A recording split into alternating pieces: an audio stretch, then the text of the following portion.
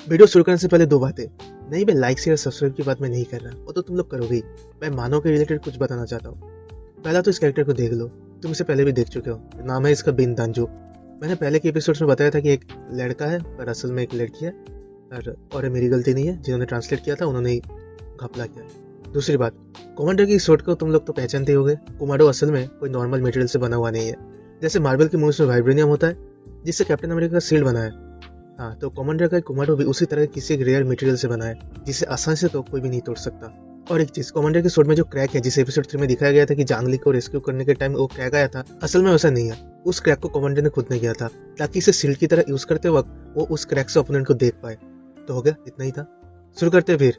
वहाँ और एक बात बहुत जरूरी, जिन्होंने पहले के एपिसोड्स नहीं देखे वो देख के आना, तभी आगे की समझ पाओगे, क्योंकि एपिसोड उसी जगह से शुरू हो रहा है जहाँ पे पिछला एपिसोड खत्म हुआ था। मैं बता दूं कि इसमें टोटल 4 एपिसोड आ चुके हैं, जिनको मैंने एक साथ मर्ज करके या फिर कॉम्पाइलेशन सिंगल एपिसोड अपलोड किया था ताकि स्ट्राइक ना आए। ठीक है ना, शुरू करते हैं। कमांडर कहते हैं, मैंने सुना कि सिजुआ जुंग के ज्यादा ट्रूप्स अभी तक पकड़े नहीं गए और मैंने वादा किया था कि मैं सिजुआ जुंग को रोकने में पूरी मदद करूंगा। तो एक वादा तो वादा है, जिस वजह से अभी के लिए मैं यहाँ रहूंगा। वैसे भी मेरे पास जाने की कोई, लेकिन कमांडर अपनी बात खत्म नहीं कर पाते। जांगरियोंग के पंच से उनकी बात बीच में ही रुक जाता है। वो पूछते हैं, क्या हुआ यंग लेडी? लेकिन जांगरियोंग बिना रुके कमांडर को मारे जा रही थी। कमांडर बहुत बार उसे रुकने के लिए कहते हैं पर वो नहीं रुक रही थी। आखिर में कमांडर जांगरियोंग के हाथ पकड़ लेते हैं। बहुत हो गया, क्या हुआ वो तो बताइए। जांगरियोंग बहुत मुश्किल से अपने आंसुओं को रोक के कहती है, क्या मुझे एक बार बोल नहीं सकते थे कि आप सिर्फ कुछ दिनों के लिए जा रहे हो? क्यों नहीं कहा आपने? पता है आपको पिछले 3 दिन मैंने कितने टेंशन में गुजारा? जांगरियोंग खुद को रोक नहीं पाती, वो उधर ही बैठ के रोने लगती है। अब कमांडर क्या ही करे, वो सोच ही रहे थे कि उन्हें क्या करना चाहिए, तभी पीछे से कोई कहता है, कैसा मर्द एक लड़की को इतने रात में रुलाता है? पीछे मुड़ते ही कमांडर को उधर मोके दिखता है, जो अपना हाथ हिलाते हुए बोल रहा था, हेलो यंग लेडी, मोके को उधर देखते जांगरियोंग खुद को संभाल के पूछती है, एम्बेसडर उनका काम? मोके अपना सर इधर उधर हिला के समझा देता है कि वो काम अच्छे से बिना किसी प्रॉब्लम के हो गया है। थोड़ी देर वैसे ही खड़े रहने के बाद मोके पूछता है, वैसे स्क्वाडोरियो ने ऐसा क्या किया कि आप रो रही थी यंग मिस? जांगरियोंग वैसा कुछ नहीं है, क्या क्या सभी को कमांडर को वापस आने की खबर देने के लिए उधर से चली जाती है। उसके उधर से जाने के बाद मोके कमांडर से कहता है, तो कैसे हो तुम? मुझे जांगदू से तुम्हारे कारनामे के बारे में पता चला, पर अगर मैं जितना सोच रहा हूँ तुम उतना ज्यादा स्किलफुल हुए तो तुम्हारे लिए ब्लैक सोर्समैन को हराना कोई बड़ी बात नहीं होना चाहिए। वैसे हम लोगों को फिर से कब लड़ने का मौका मिलेगा? बता दो कि मैं अभी बिल्कुल फ्री हूँ। कमांडर उसे एक बार अच्छे से देख के बिना कुछ कहे उधर से जाने लगते हैं। तभी पीछे से मोके फिर से कहता है, ठीक है, हम लोग नहीं लड़ेंगे, पर क्या आप मेरे इस सवाल का जवाब दे सकते हो? यू जियो जिन आपका नाम नहीं है ना? मोके के इस सवाल से ना चाहते हुए भी कमांडर के पैर अपने आप ही रुक जाते हैं। उन्हें नहीं लगा था कि इतने सालों बाद कोई उन्हें उनके इस नाम से भी बुला सकता है। कमांडर को वैसे रुकते हुए देख के मोके को लगता है कि कमांडर कुछ कहेंगे या किसी तरह से रिएक्ट करेंगे, पर कमांडर ऐसा कुछ नहीं करते।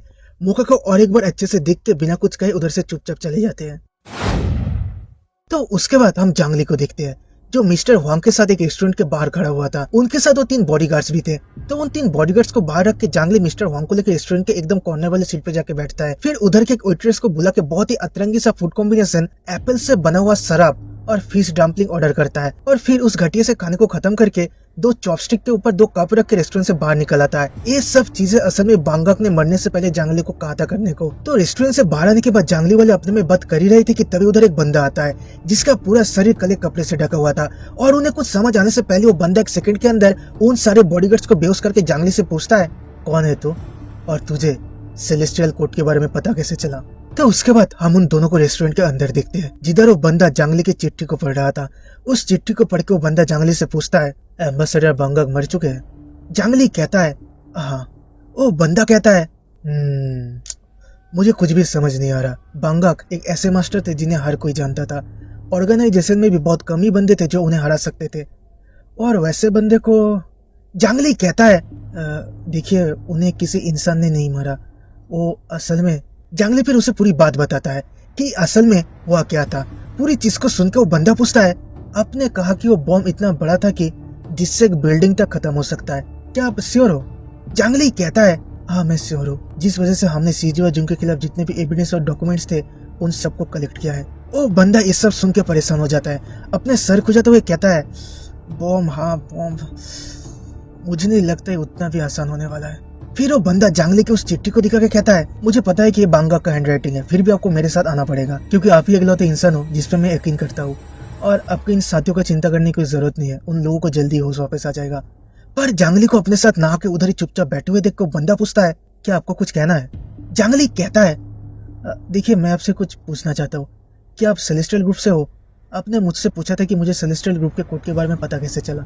इसका मतलब आपको भी सेलेस्टियल ग्रुप के कोड के बारे में पता है, और उसका मतलब आपका सेलेस्टियल ग्रुप के साथ कोई कनेक्शन है या फिर आप खुद सेलेस्टियल ग्रुप से हो। उस बंदे का बॉडीगार्ड जांगली को सावधान करते हुए कहता है, बच्चे अपना मुंह बंद कर वरना नहीं बचेगा, समझा? वो बंदा उसे रोक के जांगली से पूछता है, तुम्हें वो क्यों जानना है? जांगली कहता है, देखिए एम्बेसडर बांगक ने कहा था कि सेलेस्टियल ग्रुप 2 यूनिट्स में बटा हुआ है, एक सपा डिस्ट्रॉइंग स्क्वाड और दूसरा साल्सो असैसिनेशन स्क्वाड।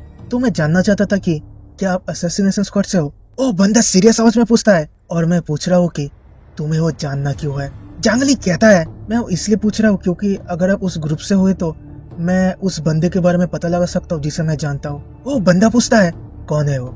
जांगली कहता है, पहले आपको बताना पड़ेगा कि आप सेलेस्टियल ग्रुप से हो भी या नहीं। वो बॉडीगार्ड गुस्से से जांगली को मारने जा ही रहा था कि वो बंदा कहता है, तुम्हें देख के बता सकता हूँ कि बांगक तुम पे बहुत यकीन करता था।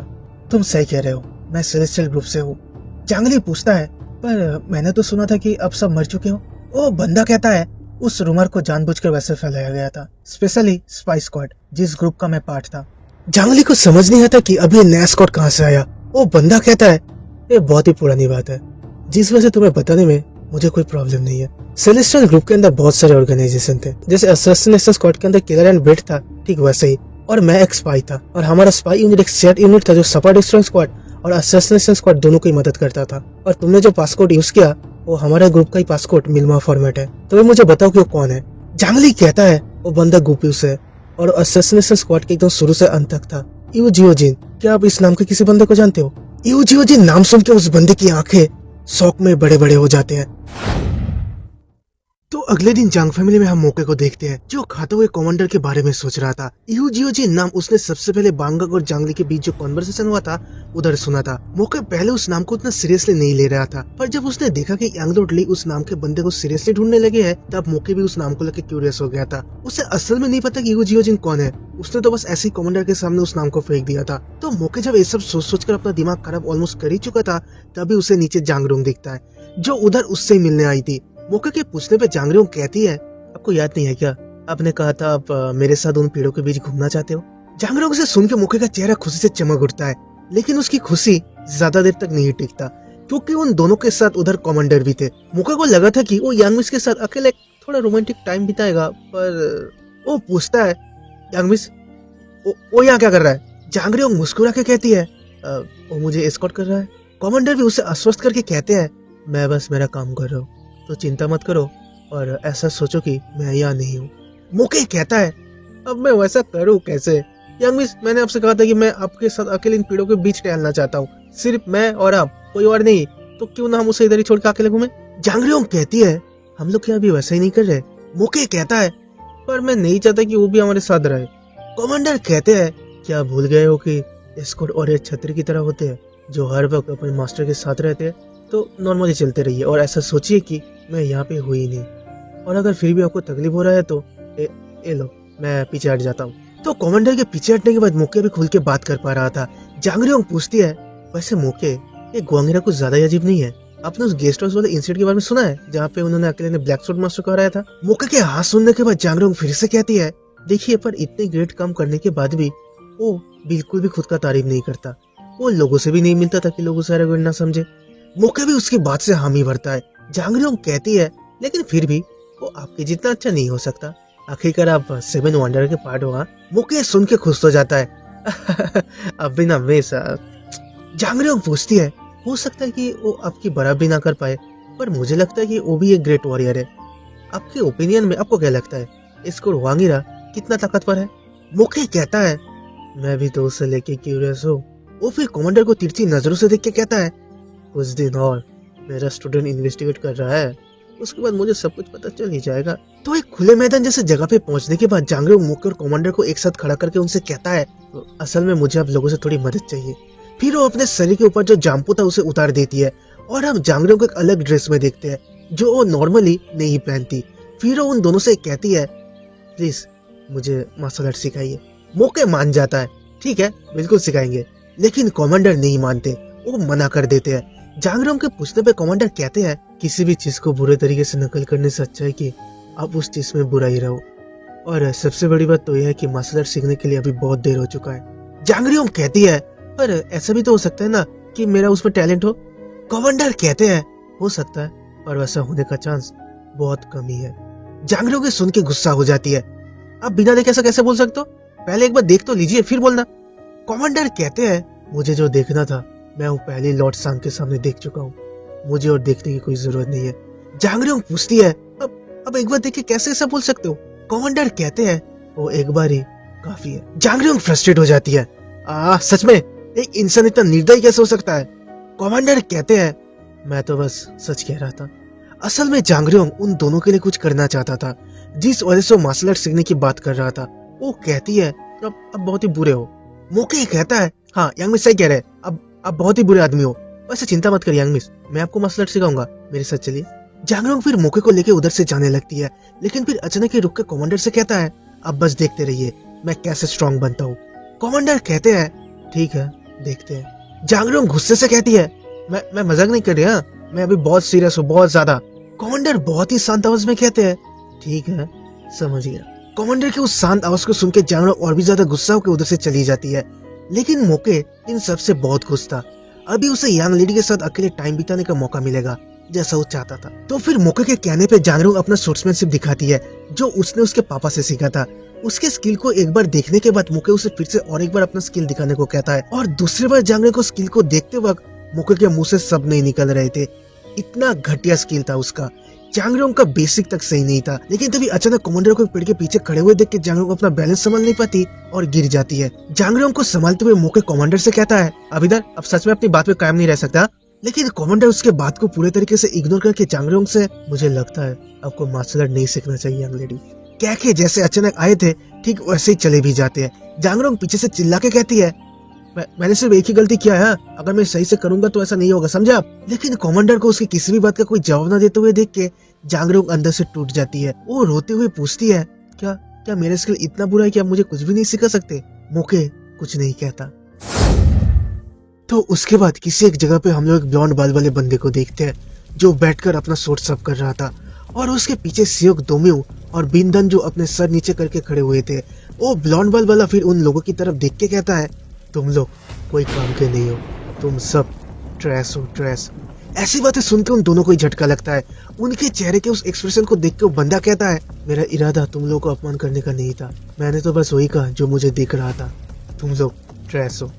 सियोक दोम्यू कहता है इस हारने वाली लड़ाई में भी हमारे परिवार ने सब कुछ दिया, उसके भी ऊपर हम लोगों ने उन चीजों को नष्ट कर दिया जो हमें कभी नष्ट करना नहीं चाहिए था। मेरे पापा ने उस राज को राज रखने के लिए अपने जान तक दे दिया। अब फिर लेकिन वो ब्लॉन्ड बाल वाला बंदा उसे बीच में रोक के कहता है मुझे तुम्हारी बात समझ नहीं आ रहा, फालतू की बातें छोड़ो और मुझे कहो कि तुम किस चीज की बात कर रहे हो जिसे तुम्हें यूज नहीं करना चाहिए था।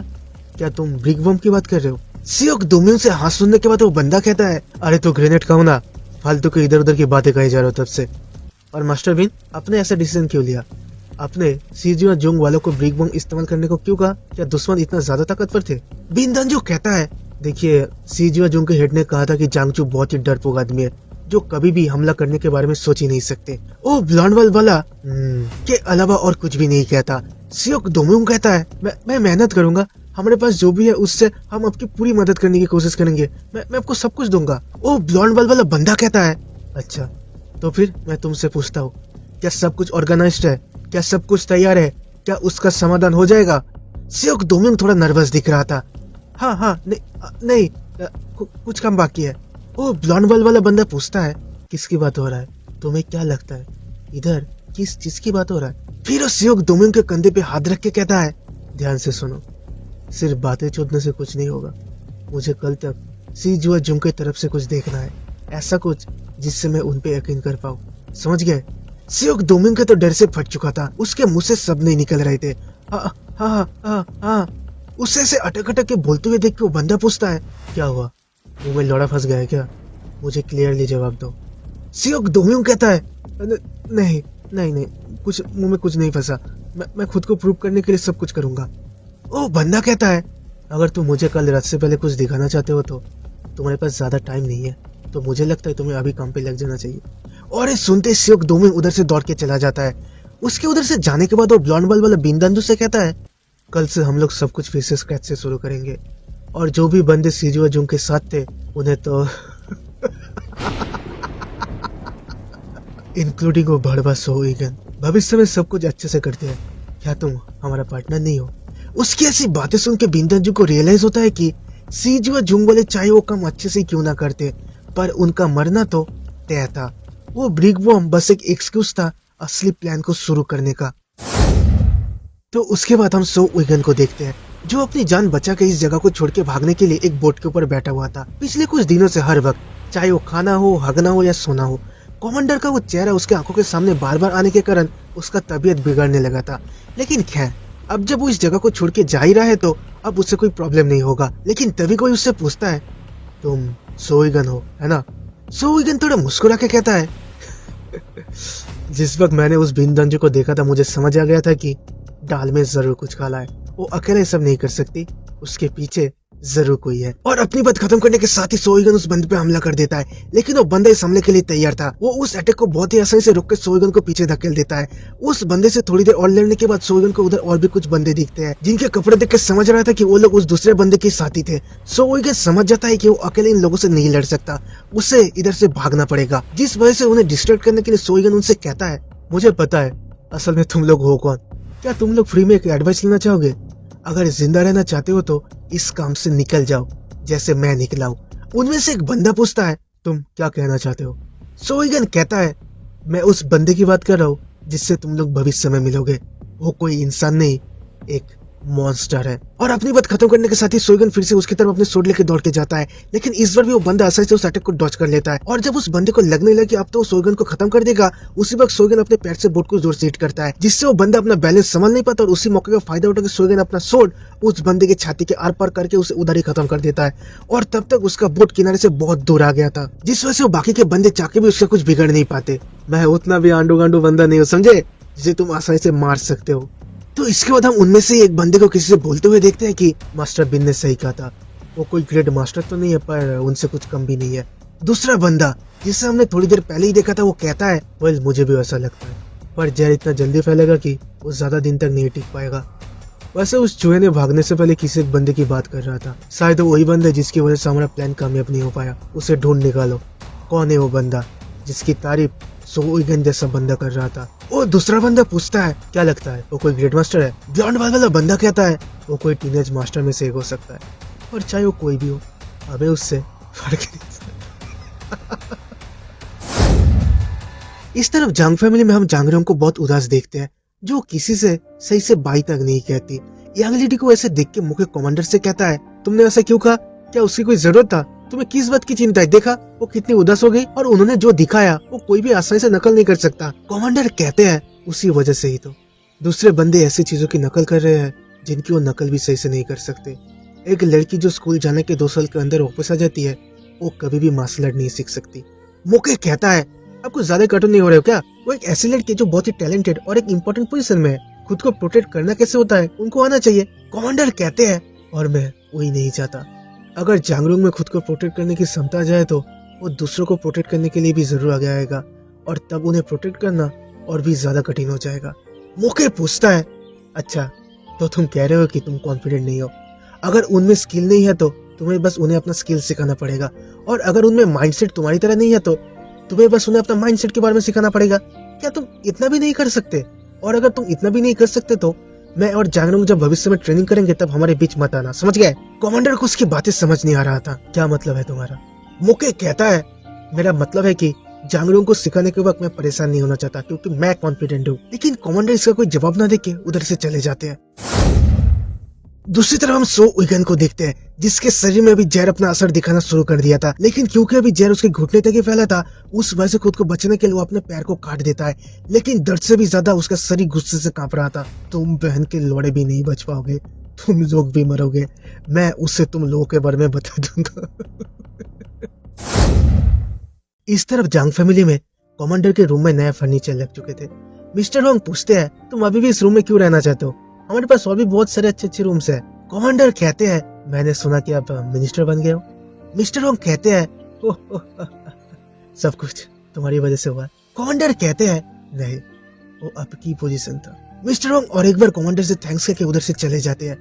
चेयर पे बैठने के बाद कमांडर को कुछ अजीब महसूस हो रहा था। पहले कमांडर जिस जगह पे भी जाते थे उस जगह के हर एक चीज का लेंथ, हाइट और भी बहुत सारे इंफॉर्मेशन ना चाहते हुए भी अपने आप ही उनके दिमाग में आ जाता था। लेकिन अभी वैसा कुछ नहीं हो रहा था, जिस वजह से उन्हें थोड़ा अजीब लग रहा था। उनका शरीर भी कांपना बंद कर दिया था। लेकिन ये सब हुआ कैसे, वही चीज कमांडर को समझ नहीं आता। लेकिन खैर, ये सब चीजों को छोड़ के कमांडर बांगक के साथ जो भी हुआ उसके बारे में सोचना शुरू करते हैं। सेलेस्टियल ग्रुप में कमांडर के बांगाई नाम का एक मेंबर हुआ करता था, जिसकी वजह से कमांडर पहली बार बांगक से मिले थे। वो भी आज से बहुत साल पहले की बात है। उस वक्त कुछ प्रीस्ट बांगाई से मिलने आते थे और बांगक उनके साथ ही आता था। मिशन के दौरान बांगाई ने कमांडर को बताया था कि बांगक एक कमाल के मार्शल आर्टिस्ट है, जो कि वो थे भी। जिस मोमेंट पर कमांडर ने उससे देखा था वो समझ गए थे कि वो एक अमेजिंग मार्शल आर्टिस्ट है। उनके शरीर के अंदर एक ऐसा एनर्जी था जिसे आसानी से तो कोई भी नहीं हरा सकता। एक तरह से वो एक परफेक्ट मार्शल आर्टिस्ट थे। लेकिन फिर वही बंदा सिर्फ एक ब्रिक बॉम्ब से मारा गया। कमांडर अपना सर पकड़ लेते हैं। ऐसा कैसे हो सकता है? किसी नॉर्मल ग्रेनेड से बांगक जैसा बंदा कैसे मर सकता है? वो जरूर कोई दूसरा ग्रेनेड था, ऐसा कुछ जिसके बारे में कमांडर कभी सोचना भी नहीं चाहते। उसी वक्त बाहर से कोई कहता है, सर मैं वो मैप लाया हूँ। और उसके बाद हम उधर सियोक-डोंग को देखते हैं, जो कमांडर को मैप देते हुए पूछता है, आपको ये मैप क्यों चाहिए सर? कमांडर कहते हैं, मुझे लगा ये बाद में मेरे काम आएगा। सियोक-डोंग कहता है, वैसे सर मैं कह रहा था कि क्या आप श्योर हो कि जांगरियोंग में मार्शल आर्ट के लिए कोई टैलेंट नहीं है? अगर हमें दूसरों की तरह टैलेंट नहीं है तो क्या हम उनसे दुगना मेहनत करके उस खामी को भर नहीं सकते? असल में सवाल सियोक-डोंग का नहीं बल्कि जांगरियोंग का था, और उस वक्त घर के बाहर खड़े होकर कमांडर के जवाब का इंतजार कर रहा था। कमांडर वो समझ जाते हैं, जिस वजह से वो बाहर आके कहते हैं, मार्शल आर्ट सीखने के लिए टैलेंट या अच्छे टीचर की कोई जरूरत नहीं है। जांगरियोंग पूछती है, तो फिर किस चीज की जरूरत है? कमांडर कहते हैं, एटीट्यूड चाहिए, दर्द और डर पे काबू पाने की, दुख को झेलने की, सैक्रिफाइस करने की, किसी भी परिस्थिति में विचलित ना होकर पेशेंस रखने की। यंग लेडी, आप इनमें से क्या कर सकते हो? जांगरियोंग कहती है, मैं दुख झेल सकता हूँ। जब मेरे दो बड़े भाई की मौत हुआ था या फिर जब मेरे लोग सीजोंग के हाथों मारे गए थे, मैं उन दर्दों को अच्छे से संभाल पाई थी, जिस वजह से मैं अभी ऐसे हंस पा रही हूँ। और एक कहके कमांडर के जवाब सुने बिना ही जांगरियोंग उधर से जाने लगती है। कमांडर पीछे से कहते हैं, कल सुबह तैयार रहना, और हाँ ये तो बहुत हार्ड है, बोल के भाग नहीं सकते, समझिए। कमांडर से सुन के जांगरियोंग खुश हो जाती है। क्या क्या क्या, क्या, क्या आपने भी हाँ कहा? अब अपने भी हाँ कहा ना, ठीक ना? तो फिर कल सुबह मिलते हैं। कमांडर के उस मुस्कुराते हुए चेहरे को देख के जांगरियोंग उधर से खुशी से उछल उछल के चली जाती है। कमांडर अपने मन में ही कहते हैं, दर्द झेलने की क्षमता, ये तो वही चीज है जो मैं भी सबसे अच्छे से कर सकता हूँ। उसी वक्त दूसरी तरफ सिजुआजुंग में हम गवर्नमेंट के ब्रांच चीफ ऑफिसर दांग देक्यूंग को देखते हैं, जो उधर अभी भी गन पाउडर ढूंढ रहे थे। लेकिन इतने दिन ढूंढने के बाद भी उन्हें गन पाउडर का नाम और निशान तक नहीं मिला था, जिस वजह से वो फ्रस्ट्रेट दिख रहे थे। वो साले कहाँ छुपा के रखे हैं? कहाँ क्या कहा था उन्होंने कि ये जगह एक झटके में उड़ गया था? रिपोर्ट क्या कह रहा है? या अनुमानित कितने गन पाउडर्स थे? एक बंदा रिपोर्ट देके कहता है, यह लगभग 375 किलोग्राम गन पाउडर होने का अनुमान है। ये सुन के दांग देक्यूंग को झटका लगता है। क्या उनके पास इतना ज्यादा गन पाउडर था? उसे समझ नहीं आ रहा था कि सिजुआजुंग के पास इतना ज्यादा गन पाउडर आया कहाँ से? किसने दिया होगा उन्हें इतना ज्यादा गन पाउडर्स? एक बहुत ही सीरियस प्रॉब्लम है। अगर एविडेंस नहीं मिला तो चीजें बहुत गलत जा सकता है, जिस वजह से दांग देक्यूंग चिल्ला के सभी को फिर से और एक बार सही से चेक करने का ऑर्डर देता है। लेकिन तभी अपने बेटे दांग जियोंग को उधर देख के दांग देक्यूंग थोड़ा सरप्राइज होता है। लेकिन सरप्राइज होना तो अभी बाकी था, क्योंकि दांग जियोंग के पीछे खड़े हुए बंदे को देख के थोड़ी देर के लिए उसके मुंह से शब्द नहीं निकलते। उधर उससे मिलने हेबेई प्रदेश के गवर्नर जांग देप्यूंग आया था। तो अगले दिन सुबह कमांडर रेडी हो जाते हैं जांगरियोंग को मार्शल आर्ट सिखाने के लिए। लेकिन जब वो जांगरियोंग को सिखाने के लिए जा रहे थे, तभी अचानक कोई उन पे कुनाई से हमला करता है। लेकिन कमांडर भी ठहरे अपना प्रो बंदे, वो उन कुनाई को शॉट से रोक, वो कुनाई जिस जगह से आए थे उस जगह पे वापस भेज देते हैं। और तभी उस पेड़ के ऊपर से एक बंदा हवा में गुलाटी मार के कमांडर के सामने हीरो लैंडिंग करके कहता है, कैसे हो आप? मैं मियोंग हूँ, साचियोन दानगुम से। याद आया कुछ? मैंने जब यंग मास्टर से आपके बारे में सुना तो मुझे उनकी बातों पे उतना यकीन नहीं था, लेकिन अब सच में एग्जिस्ट करते हो? कमांडर पूछते हैं, कैसे हो? वो बंदा अपना कुनाई को वापस लेते हुए कहता है, आपको तो पता ही है कि हम कभी भी अच्छा नहीं रह सकते, बस जिंदा रहने की कोशिश कर रहा हूँ। लेकिन किस्मती से या बदकिस्मती से मुझे लगा कि मुझे मेरे डेड कॉमरेड्स के लिए कुछ करना चाहिए। वो लोग नहीं होते तो शायद मैं भी मर जाता। तो वही चल रहा है। वैसे आप कैसे हो कमांडर? या फिर मुझे आपको लीडर कह के बुलाना चाहिए? लेकिन फिर कमांडर के उन आंखों को देख के मियोंग डर जाता है। मुझे माफ करना, लेकिन वो लीडर सब सिर्फ आपके नाम के साथ ही लेकिन कमांडर उसे अपनी बात खत्म करने नहीं देते। ठीक है, वैसे क्या यंग मास्टर को मेरे बारे में पता है? मियोंगो से ना सुनने के बाद कमांडर कहते हैं, तुमने अच्छा किया। वैसे मैं गेस कर सकता हूँ कि यंग लॉर्ड को मेरे नाम के बारे में पता कैसे चला, लेकिन खैर। कमांडर को देख के मियोंगो सोच रहा था, मैं हमेशा ये सोचता था कि अगर कभी ऐसा स्थिति है जब मुझे पूरी दुनिया से लड़ना पड़े तो मैं बिना देर किए इस आदमी को मेरा साथी चुनूंगा। न सिर्फ असैसिनेशन स्क्वाड बल्कि वो ग्रेट सेलेस्टियल ग्रुप, हर कोई। जिस आदमी की सबसे ज्यादा इज्जत और सराहना करते थे वो था the one and only Eugene. Commander उससे पूछते हैं, बांगोक को देखने के बाद ही मुझे समझ आ गया था कि मैं उन लोगों से जरूर मिलने वाला हूँ जिनसे मैं मेरे अतीत में मिल चुका हूँ, लेकिन तुम इधर क्यों आए? मेरे नाम सुनने के बाद भी तुम मेरे से मिलने क्यों आए? मियोंगो कहता है, मैं आया क्योंकि जिस बॉम्ब की वजह से बांगोक का मौत हुआ था मुझे उसके बारे में आपको कुछ बताना है। दूसरी तरफ हम दांग देक्यूंग और हेबेई प्रदेश के गवर्नर जांग देप्यूंग को बात करते हुए देखते हैं, जिधर देक्यूंग इन्वेस्टिगेशन का रिपोर्ट दे रहा था। देखिए, अभी भी बहुत इन्वेस्टिगेशन की जरूरत है, लेकिन अभी के लिए मुझे जो पता चला है मैं आपको वही बता रहा हूँ। सारी चीजों को देख के एक बात तो समझ आ रहा है कि वो कोई मामूली बॉम्ब नहीं था। सीजियाजुंग का वो बिल्डिंग किसी ऑर्डिनरी हॉल से बहुत ज्यादा बड़ा था और वैसा बिल्डिंग एक पल में उड़ गया। जांच करने पे पता चला कि उस जगह पे ऑलमोस्ट 375 किलोग्राम तक गन पाउडर था। जांग देप्यूंग पूछता है, क्या 375 किलोग्राम गन पाउडर? देक्यूंग कहता है, हाँ बिल्कुल सही। लेकिन चलिए, एक बार के लिए अगर हमें मान भी लेते कि वो एक ऑर्डिनरी बॉम्ब था जिसे इतना ज्यादा बारूद से बनाया गया था, पर फिर भी उसमें कुछ सवाल तो रह ही जाता है। पहला कि उन्होंने उसे बनाया कैसे होगा, क्योंकि यहाँ मतलब आसपास के एरिया में गन पाउडर बनाने के मटेरियल्स तो मिलते नहीं है, और अगर वो मटेरियल बीजिंग या नीजिंग से हुआ तो उन लोगों ने गार्ड से बच के इस जगह पे वो मटेरियल्स लाया कैसे?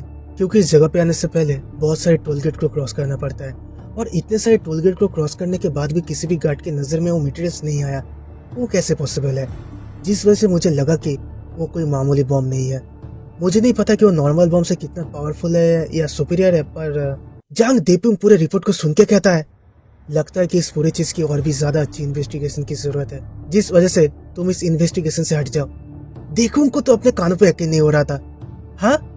जांग देप्यूंग कहता है, तुमने जो कहा उसे सुनकर लगता है कि इसके अंदर और भी ज्यादा कुछ हो सकता है, और अगर उतना पावरफुल कुछ गलत बंदों के हाथों तक पहुंच गया है तो किसे पता हमारे साथ क्या होगा। देक्यूंग कहता है, पर सर क्या आप मुझे थोड़ी और समय दे सकते हो? मैं जल्दी आपको कुछ ऐसा रिपोर्ट दूंगा जिससे आप सेटिस्फाई होंगे। जांग देप्यूंग कहता है, नहीं नहीं नहीं नहीं नहीं, तुम गलत समझ रहे हो। नहीं, ऐसा नहीं कि मुझे तुम पर भरोसा नहीं है, लेकिन क्योंकि एक गंभीर मामला है इसलिए हमें इस मामले को प्रक्रिया के अनुसार आगे बढ़ाना पड़ेगा।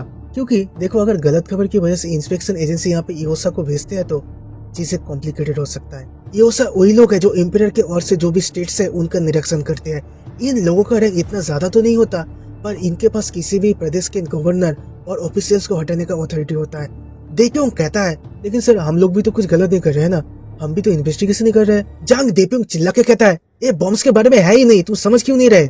एक ऐसा मैटर है जिससे किसी भी वक्त मिसअंडरस्टैंडिंग हो सकता है, और अगर रिपोर्ट में कुछ भी इधर उधर हुआ तो तुम्हें अपनी जान गंवानी पड़ सकती है। समझ रहे हो तुम मेरी बात? देक्यूंग को उनकी बातें समझ आ रहा था। गन पाउडर, गन्स, बॉम्ब्स एक ऐसी चीज है जिसे इंपीरियल कोर्ट बहुत सीरियसली लेता था, क्योंकि इन चीजों की मदद से कोई भी छोटा मोटा ग्रुप भी इंपीरियल को खत्म कर सकता था। देक्यूंग उनसे माफी मांगते हुए कहता है, मुझे माफ करना, मेरे कहने का वो मतलब नहीं था। जांग देप्यूंग कहता है, अरे नहीं नहीं, मुझे तुम्हारी लॉयल्टी के ऊपर कोई शक नहीं है, मैं तुम्हें बस एक केस हैंडओवर करने को कह रहा हूँ। ये तुम्हारे लिए बहुत ही हार्ड है, तो जो भी जरूरी डॉक्यूमेंट्स है उन्हें इकट्ठे करके कल कैपिटल सिटी पे भेज देना, समझ गए? इस तरफ जांग फैमिली में मियोंगो भी कमांडर से सेम चीजें कह रहा था कि जैसे एक बार में उस बॉम्ब ने उतने बड़े घर को उड़ा दिया है, ऊपर से जैसे बांगक जैसा बंदा उससे बच नहीं पाया, उससे लगता है कि वो कोई मामूली बॉम्ब तो नहीं है। कमांडर कहते हैं, उन्होंने शायद ज्यादा गन पाउडर का इस्तेमाल किया था। मियोंगो कहता है, मैं भी उससे सहमत हूँ, लेकिन क्या हो कि वो नॉर्मल बम ना हो के कोई। लेकिन कमांडर उसे अपनी बात खत्म करने नहीं देते। नहीं, वो इम्पॉसिबल है, वो सब मर चुके, मैंने अपने हाथों से उन सबको मारा था, वो इम्पॉसिबल है। कमांडर के बाद से उधर एक अलग ही सन्नाटा छा जाता है। थोड़ी देर चुपचाप खड़े रहने के बाद कमांडर फिर से कहते हैं, मुझे एक चीज समझ नहीं आ रहा, बस तुम इस वजह से इधर मुझसे मिलने आए हो? मियोंगो कहता है, नहीं, मुझे आपसे कुछ पूछना था जिस वजह से मैं इधर आया। मुझे सच बताइए कमांडर, आपने उस पोजीशन को रिजेक्ट क्यों किया? क्या आपको लॉर्ड बनने का ऑफर नहीं मिला था? कमांडर उससे रोक के कहते हैं, मियोंगो, क्या मुझे तुम्हें हमारे अतीत के बारे में फिर से समझाना पड़ेगा? मियोंगो अपना सर हिला के मना कर देता है। कमांडर कहते हैं, तुमने क्या सोच के मुझसे पूछा है मैं वो समझ पा रहा हूँ, लेकिन अभी मैं मेरे जीवन से खुश हूँ। लेकिन खैर चलो, हमारे बीच का रिश्ता वैसे भी बहुत जल्द सभी को पता लग ही जाएगा, लेकिन यंग मास्टर को मैं अभी शौक नहीं देना चाहता। लेकिन फिर चलते हुए अचानक ही रुक के मियोंगो से पूछते हैं, एक मिनट, तुमने क्या कहा था, तुम किस जगह से हो? मियोंगो कहता है, साचियोन दानग्यूम। अभी कमांडर को याद आता है, साचियोन दानग्यूम मोरिन के बेस्ट फैमिलीज में से एक है, जो लोग पॉइजन और हिडन वेपन के लिए फेमस है। कमांडर कहते हैं, अच्छा तो फिर मुझे बताओ कि तुम्हारा स्पेशलिटी क्या है, तुम किस तरह के हथियार यूज करते हो? मियोंगो कहता है, मेरा हथियार बहुत ही छोटा और डेंजरस है, और क्योंकि तुम्हें इससे दूर की चीजों को हिट करना होगा, उस वजह से इसे यूज करने के लिए तुम्हारे हैंड मूवमेंट्स और आई साइट अच्छे होने चाहिए। एजिलिटी की भी बहुत जरूरत है, और हाँ, हारना मानने की मानसिकता तो होना ही चाहिए। कमांडर पूछते हैं, कोई स्किल को सीखने के लिए कैपेबल है या नहीं, वो तुम्हें कैसे समझ आता है? तुम उस बंदे को दूसरे से अलग कैसे करते हो? उसमें अलग क्या होना चाहिए? मियोंगो कहता है, मुझे लगता है उसे एक ऐसा आदमी होना चाहिए जिसमें अच्छा कंसंट्रेशन है, चाहे तुम इसे कितने भी तेज क्यों ना फेंको। अगर तुम्हारा कंसंट्रेशन अच्छा नहीं हो तो तुम कभी भी इससे दुश्मन को नहीं मार सकते। कमांडर पूछते हैं, अच्छा क्या कोई लड़की इसे सीख सकती है? मियोंगो कहता है, फर्क नहीं पड़ता लड़का हो या लड़की, हर कोई इसे सीख सकता है, लेकिन आप वो क्यों पूछ रहे हो? कमांडर थोड़ा सा सोच के कहते हैं, क्या तुमने कभी किसी को ये स्किल सिखाया है? दूसरी तरफ हम मोके को जांगरेंग को ट्रेन करते हुए देखते हैं, लेकिन बहुत देर ट्रेनिंग करने की वजह से जांगरेंग थक चुकी थी, जिस वजह से वो थोड़ी देर के लिए रेस्ट करने की बात करती है, और मोके मान भी जाता है। मोके तो बस जांगरेंग को ही देखे जा रहा था, लेकिन अचानक ही जांगरेंग उसे शॉक करके कहती है, मुझे अभी याद आया, स्कॉट ऑरियर ने कहा था कि वो मुझे सिखाएंगे। लेकिन मोके ये सुन के बिल्कुल भी खुश नहीं होता। माय लेडी, आपको उसके पास सीखने की कोई जरूरत नहीं है, स्किल तो स्किल होता है। हाँ, मुझे पता है कि स्कॉट ऑरियर बहुत ही एक्स्ट्रा ऑर्डिनरी वॉरियर है, लेकिन उसकी तरह निर्दयी बंदा किसी को कुछ सिखाने के लिए उपयुक्त नहीं है। आप खुद सोच के देखिए, वो ज्यादा बात नहीं करता, हमेशा चुपचाप रहता है, वैसा आदमी आपको कैसे समझेगा? और अगर वो आपको समझ ही नहीं पाएगा तो सिखाएगा कैसे? जांगरेंग को मोके की बात समझ आ रहा था, उसे भी लगने लगा था कि कमांडर उसे अच्छे से नहीं सिखा पाएगा। मोके जब जांगरेंग को लगभग कन्विंस कर ही लिया था कि मोके उसके लिए बेस्ट टीचर है, तभी उधर कमांडर आते हैं, जिन्हें देख के जांगरेंग जितना खुश होता है, मोके उतना ही दुखी। कमांडर फिर अचानक ही जांगरेंग के हाथ पकड़ के मोके से पूछते हैं, क्या तुम्हें इधर कुछ दिख रहा है? मोके को उनके सवाल समझ नहीं आता। क्या? कमांडर फिर से कहते हैं, मैंने पूछा तुम्हें इस हाथ में क्या दिख रहा है? लेकिन मोके को उधर एक खूबसूरत हाथ के अलावा और कुछ भी नहीं दिख रहा था, जिस वजह से उसे समझ नहीं आता कि उसे क्या कहना चाहिए। कमांडर कहते हैं, हाथ जितना मोटा होता है, छोटे हथियार उतना ही असरदार साबित होता है। मोटे हाथों से ग्रिप भी अच्छे होते हैं, जिससे तुम स्ट्रॉन्ग फोर्स यूज कर पाते हो, लेकिन बस उसमें ज्यादा टाइम लगता है। मोके कहता है, लेकिन यंग लेडी तो अभी सोर्ट्समैनशिप सीखने के लिए अपना सब कुछ दे रही है। कमांडर पूछते हैं, तो तुम कह रहे हो कि यंग लेडी का हाथ सोर्ट्स के लिए परफेक्ट है? मोके को भी पता था कि वो हाथ सोर्ट्स के लिए नहीं बना है, पर फिर भी वो हार नहीं मानता। कहता है, हाँ क्यों नहीं, उनके उंगलियां थोड़े मोटे मोटे हो सकते हैं, पर ऐसा नहीं कि आज तक कोई भी मोटी उंगलियों वाली लड़की ने सोर्ट्समैनशिप नहीं सीखा है। कमांडर कहते हैं, तो क्या तुम ऐसा कुछ सोर्ट्समैनशिप सिखा रहे हो? मोके कहता है, नहीं, पर अगर हम ढूंढेंगे तो हमें जरूर मिलेगा। कमांडर पूछते हैं, कहाँ मिलेगा? मोके भी गुस्सा हो जाता है, तुम क्या चाहते हो? मुझे क्या करना चाहिए? कमांडर कहते हैं, सोर्ट्समैनशिप भूल जाओ, हिडन वेपन्स कैसा रहेगा, जैसे कुनाई, सुरिकेन। जांगरेंग सुन के हैरान हो जाती है, हिडन वेपन्स? कमांडर कहते हैं, हाँ, मुझे लगता है आपके लिए हिडन वेपन्स सबसे बेस्ट रहेगा, और अगर आप वो किसी एक्सपर्ट से सीखोगे तो और भी बेस्ट होगा। मोके कहता है, अच्छा तो इसका मतलब तुम खुद उन्हें वो सिखाओगे? कमांडर कहते हैं, मैं उतना भी टैलेंटेड नहीं हूँ, उन्हें कोई और सिखाएगा। एक कह के कमांडर एक पेड़ के पास जाके पूछते हैं, क्या तुम ट्राई करना चाहोगे? मियोंगो नीचे आके पूछता है, क्या वो मोके है? कमांडर से हाथ सुनने के बाद वो कहता है, 700 में से एक, खैर उसमें कौन सी बड़ी बात है। तो इसके बाद बारी था टेस्ट की। मियोंगो को प्रूव करना होगा कि वो सचमुच के हिडन वेपन का एक्सपर्ट है, और उसका ओपोनेंट था मोके। मोके टेस्ट क्या है वो बताता है, तुम्हें सामने जो पेड़ दिख रहा है उसके एकदम बीच में किसी पेड़ के टहनी से मारना होगा, समझ गए? मियोंगो पूरे कॉन्फिडेंस से कहता है, हाँ तुम्हें जो करना है करोगे। उससे ऐसे देख के मोके अपने मन में ही कहता है, ये भी साला उस बंदे की तरह है, एरोगेंट। मोके फिर एक पेड़ के टहनी को 3 हिस्सों में तोड़ के पहले वाले हिस्से को उस पेड़ की ओर फेंकता है, और वो टहनी जाके सीधा उस पेड़ के एकदम बीच में हिट करता है। पहली बार मोके ने सीधा हाथ से फेंका था, लेकिन इस बार वो उस टहनी को थोड़ा अपने हाथ घुमा के फेंकता है, जिससे दूसरा टहनी पिछले टहनी से ज्यादा पेड़ के अंदर घुस जाता है। इस चीज को दिखा के मोके कहता है, कि आपने देखा यंग मिस, इसे फेंकने में मैंने उतना ही फोर्स लगाया है जितना पिछले टहनी को फेंकते वक्त लगाया था, लेकिन दोनों का रिजल्ट अलग अलग है। ये आर्म टेक्निक सिर्फ स्पीड और एक्यूरेसी के लिए नहीं है, ये रोटेशन के लिए भी है। इस तरह से आप सेम पावर से अलग अलग रिजल्ट पा सकते हो। और पेड़ के लास्ट टहनी को मोके पहले की तरह सीधा हाथ से ही फेंकता है, लेकिन इस बार वो टहनी पेड़ के आर पार निकल जाता है, जिससे देख के जांगरेंग हैरान हो जाती है। मोके कहता है, अगर आपको पता हो कि वेपन्स में काई कैसे इंजेक्ट करते हैं तो फिर आप भी ये कर सकते हो। मोके को लगा था कि इससे देख के मियोंगो सरप्राइज होगा, पर वो सरप्राइज तो छोड़ो, इम्प्रेस तक नहीं होता। हाँ हाँ, तुमने बहुत अच्छा काम किया है। अबे मुझे भी थोड़ा मौका दो हिडन वेपन्स के बारे में कुछ बताने के लिए। मोके को समझ नहीं आता कि ये बंदा इतना कॉन्फिडेंट क्यों है। इससे देख के स्ट्रॉन्ग भी तो नहीं लग रहा। मोके को लगता है ये जरूर उसके लास्ट स्किन को देख के डर से जम गया होगा। तो मियोंगो भी मोके की तरह पहले टैनी को सीधा हाथ से फेंकता है और उम्मीद मुताबिक मोके की तरह वो टैनी पेड़ के बीच में जाकर हिट करता है। मियोंगो कहता है ये सबसे कॉमन फॉर्म है हिडन वेपन्स का, स्ट्रेट और एक्यूरेट रेंज स्किल्स। और फिर मियोंगो दूसरे टैनी को मोके ने जैसा किया था ठीक वैसे रोटेशन फोर्स के साथ फेंकता है, लेकिन उसका टैनी मोके से अलग एक अजीब तरीके से मुड़ के पेड़ के आर पार निकल जाता है, जिससे देख के जांगरोंग और मोके दोनों ही हैरान हो जाते हैं। बीपीओ हिडन वेपन को फेंकने का एक मेथड है। ये टेक्निक दुश्मन जब किसी चीज के पीछे छुपा हुआ है या एक लाइन में खड़ा हुआ है तब काम आता है। और आखिर में मैं तुम्हें कुछ मजेदार दिखाने वाला हूँ, तो ध्यान से देखना। मियोंगो फिर अपनी उंगलियों में 8 टहनी को पकड़ के अपने हाथ को एक अजीब तरीके से ऊपर नीचे करके उन टहनी को हवा में फेंकता है। पहले वो टहनी हवा में बहुत ऊपर तक जाती है, लेकिन फिर अचानक ये यूटर्न लेके एक साथ उस पेड़ को हिट करते हैं। अभी उस पेड़ की हालत देख के जांगरियोंग तो छोड़ो, मोके भी हैरान हो जाता है। मोके समझ जाता है कि एक मॉन्स्टर है, लेकिन ये मॉन्स्टर आया कहाँ से। मियोंगो जांगरियोंग से कहता है ऐसा समय जरूर आएगा जब आपको एक साथ बहुत सारे दुश्मनों से लड़ना पड़ेगा, तब आप इसे इस्तेमाल कर सकते हो, लेकिन तब आपको अपने इनर की को रोकने की कोई जरूरत नहीं पड़ेगी। फिर वो मोके से पूछता है बस आप क्या सोचते हो। मोके पूछता है क्या तुम्हारा सरनेम दान है।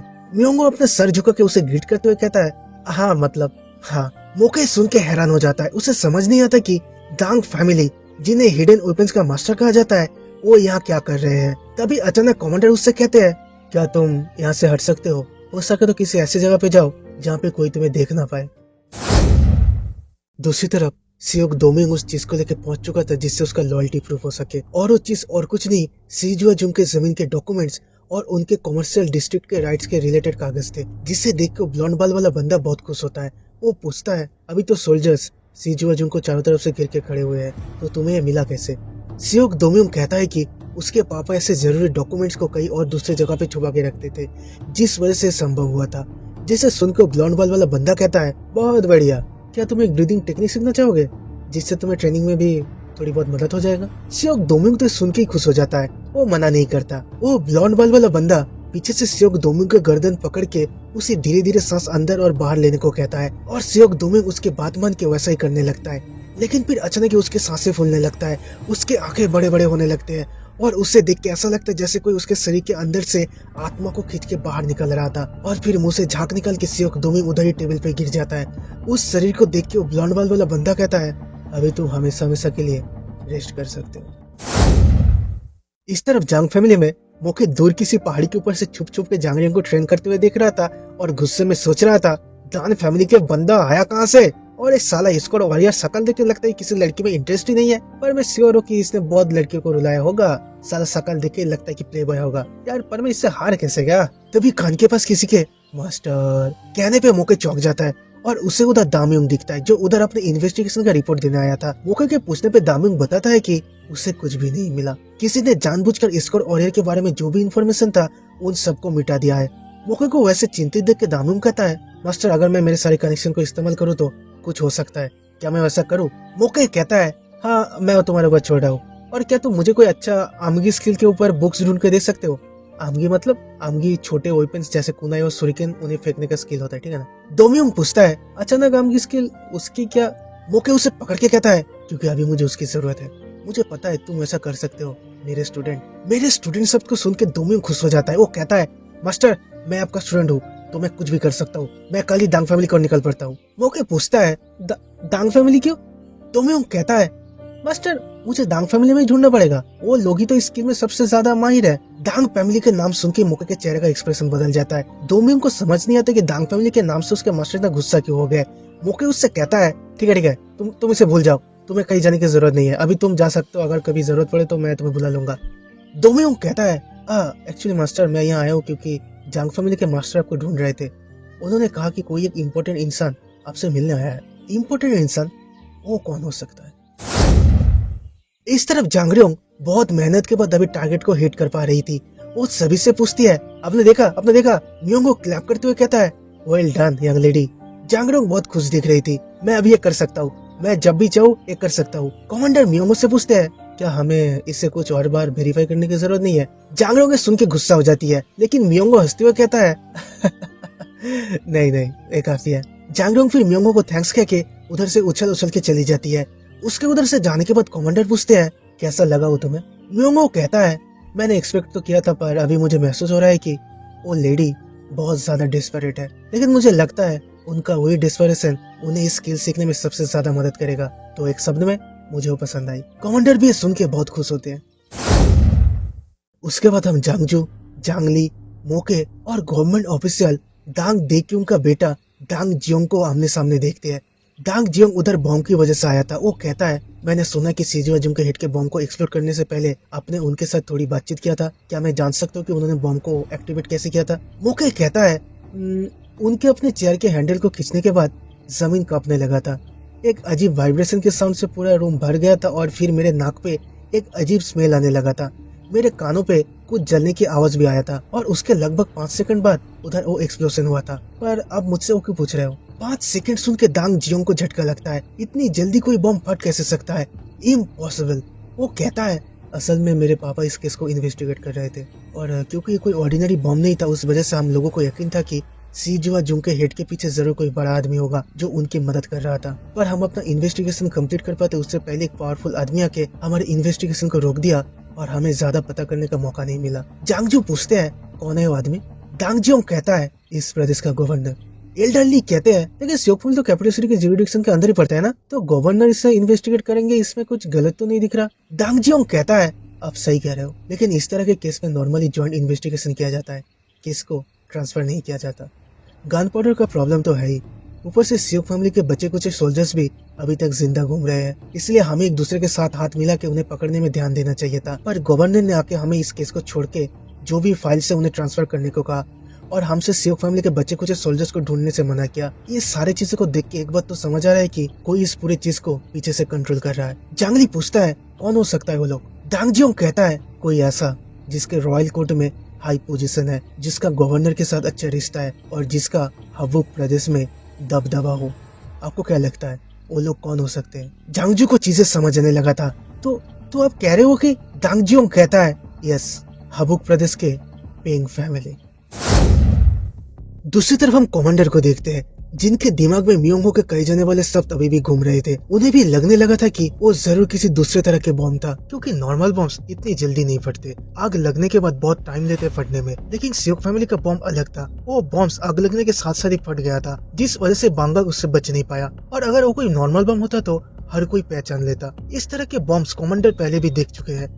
यूनजारिम के इम्प्रूव्ड बॉम्ब्स भी ऐसे ही थे। वो बॉम्ब्स भी आग लगने के कुछ सेकंड के अंदर ही फट जाते थे, पर कमांडर ने अपने हाथों से यूनजारिम वालों को खत्म किया था। तो फिर जब कमांडर का दिमाग ये सब सोच सोच के खराब हो रहा था, तभी कोई बाहर से कहता है क्या आप अंदर हो? बाहर आने के बाद कमांडर को उधर एक सर्वेंट दिखता है जो उनसे कहता है देखिए आपसे कोई मिलने आया है। वो कह रहा है कि उसे आपको कोई जरूरी बात बताना है। तो उस बंदे को फॉलो करते हुए कमांडर एक जगह पे पहुंचते हैं, लेकिन उधर कोई भी नहीं था। वो सर्वेंट कमांडर से माफी मांगता है, मुझे माफ करना, पर उसने कहा था कि वो इधर ही रहेगा। तो फिर कमांडर कहते हैं मैं समझ गया, अभी तुम जा सकते हो। उस सर्वेंट के उधर से जाने के बाद कमांडर कहते हैं बाहर आओ, और हमें उधर सो उइगन दिखता है।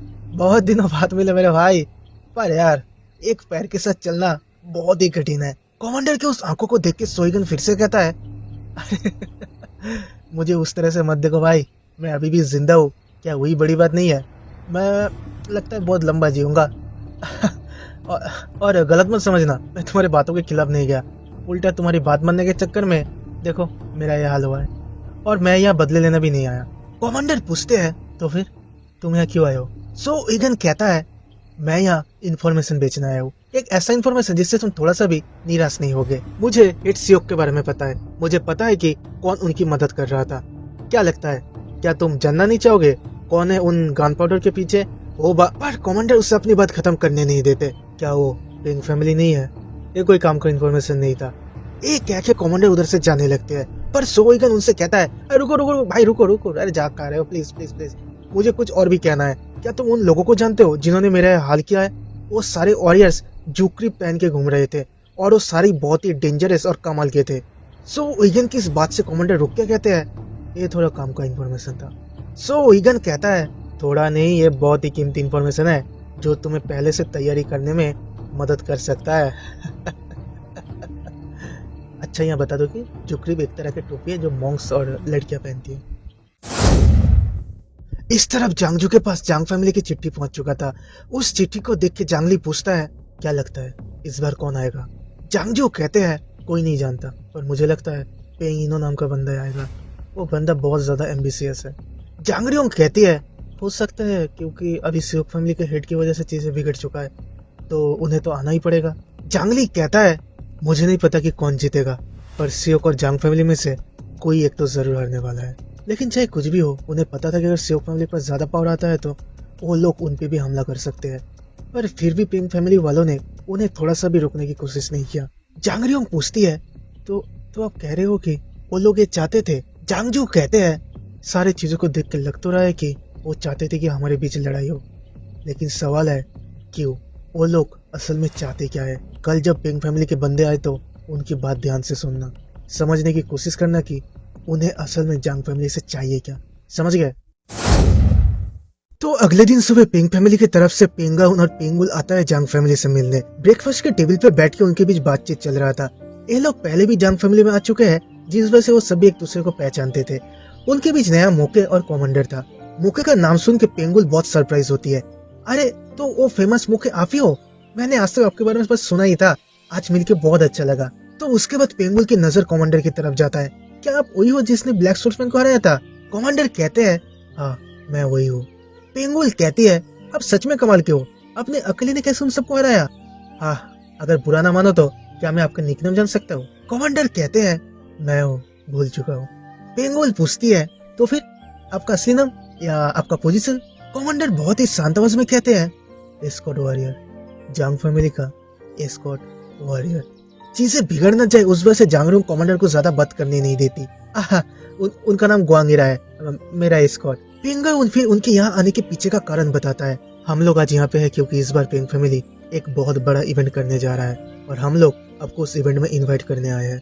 आज से 1 महीने पहले हमारे फैमिली के एल्डर को रॉयल कोड में प्रमोशन मिला है और ये सेलिब्रेशन उनके लिए ही है।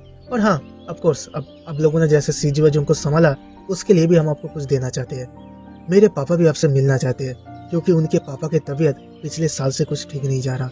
डॉक्टरों ने कहा कि उनके लिए अगला साल गुजरना भी मुश्किल होने वाला है। जांगजू ये सुन के थोड़ा हैरान होते हैं। अगले साल?